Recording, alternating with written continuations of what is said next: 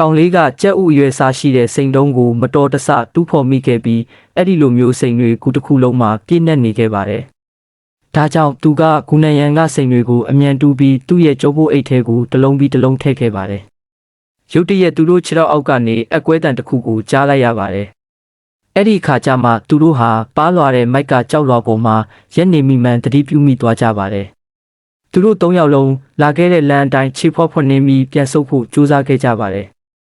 ဒါပေမဲ့ကောင်လေးရဲ့ကြောပိုးအိတ်ထဲကစိန်တွေကမတော်တဆထွက်ကျသွားခဲ့ပါတယ်။အဲ့ဓာတွေကမိုက်ကကြောက်လွာကိုရိုက်ခတ်သွားပြီးနောက်တစ်စက္ကန့်မှာတော့သူတို့၃ယောက်လုံးအောက်ကကူထဲကိုပြုတ်ကျသွားခဲ့ပါတယ်။ဒါပေမဲ့သူတို့ဟာမြေပြင်ကိုမထိပဲမိနစ်60ကြာအောင်စက်တိုက်ပြုတ်ကျနေခဲ့ပါတယ်။သူတို့တေလူဖြစ်ပြီလို့တွေးလိုက်မိတဲ့အချိန်မှာပဲမိုးရေစက်တွေကလေထဲမှာရုတ်တရက်ပေါ်လာခဲ့ပါတယ်။ခဏလောက်ရှော့တိုက်ဆင်းသွားပြီးနောက်မှာတော့နောက်ဆုံးမှာရေကန်တစ်ခုထဲကိုကြားရောက်သွားခဲ့ပါတယ်။ကံကောင်းထောက်မှစွာပဲသူတို့ရေကူးနိုင်ခဲ့ကြလို့အသက်ရှင်ခဲ့ပါတယ်